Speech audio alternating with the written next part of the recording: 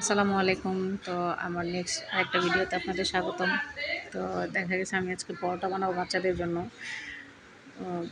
Actually দেখা যায় কি দুপুরে ভাত খাওয়ার পরে তারপরে সন্ধ্যার নাস্তাটা মাগরিবের পর এখানে মাগরিবের নামাজ শেষ করে প্রায় ৮টা বেজে যায় আরকি। তো আবার রাত্রের খাওয়া-দাওয়া করতে একদম রাত্রের ১টা বাজে। কারণ আমার বাচ্চাদের বাবা আসে রাত্রের ১২টা মানে ১২:৩০ পৌনে ১টা এরকম। তো ১টা বেজে যায়। তো এই লং টাইমে একটু মানে সন্ধ্যাবেলা একটু ভারী নাস্তাই দেওয়ার চেষ্টা করি বাচ্চাদের। তো প্রতিদিনই একটু ভারী খাবার দেওয়া পড়ে। তো আজকে চিন্তা করলাম আমি রান্না মানে পরোটাটা বাসায় বানাই দিই।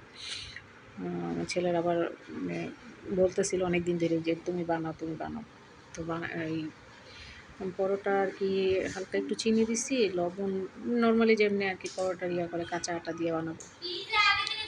তো পরোটা আমি মানে একটু আবার হালকা সোডা দিছি, খাবার সোডা, চিনি, লবণ নরমালি যেমনি গুলে আরকি।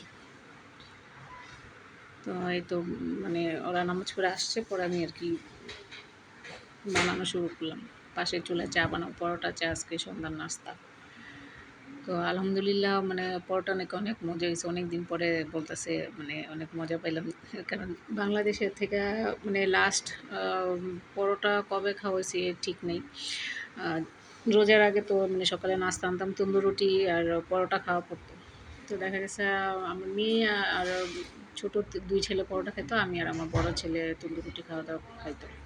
তো রোজার মধ্যে তো আইসা পড়া হইছে, তো আর সকালের নাস্তাটা তো আর হয় নাই। তো এর জন্য আরকি মানে আমার মেয়ে আবার পরোটা অনেক পছন্দ করে। ওর চিন্তা করে আরও বানানো হলো। তো এই আরকি আমার পরোটা, চা বানানো শেষ আলহামদুলিল্লাহ।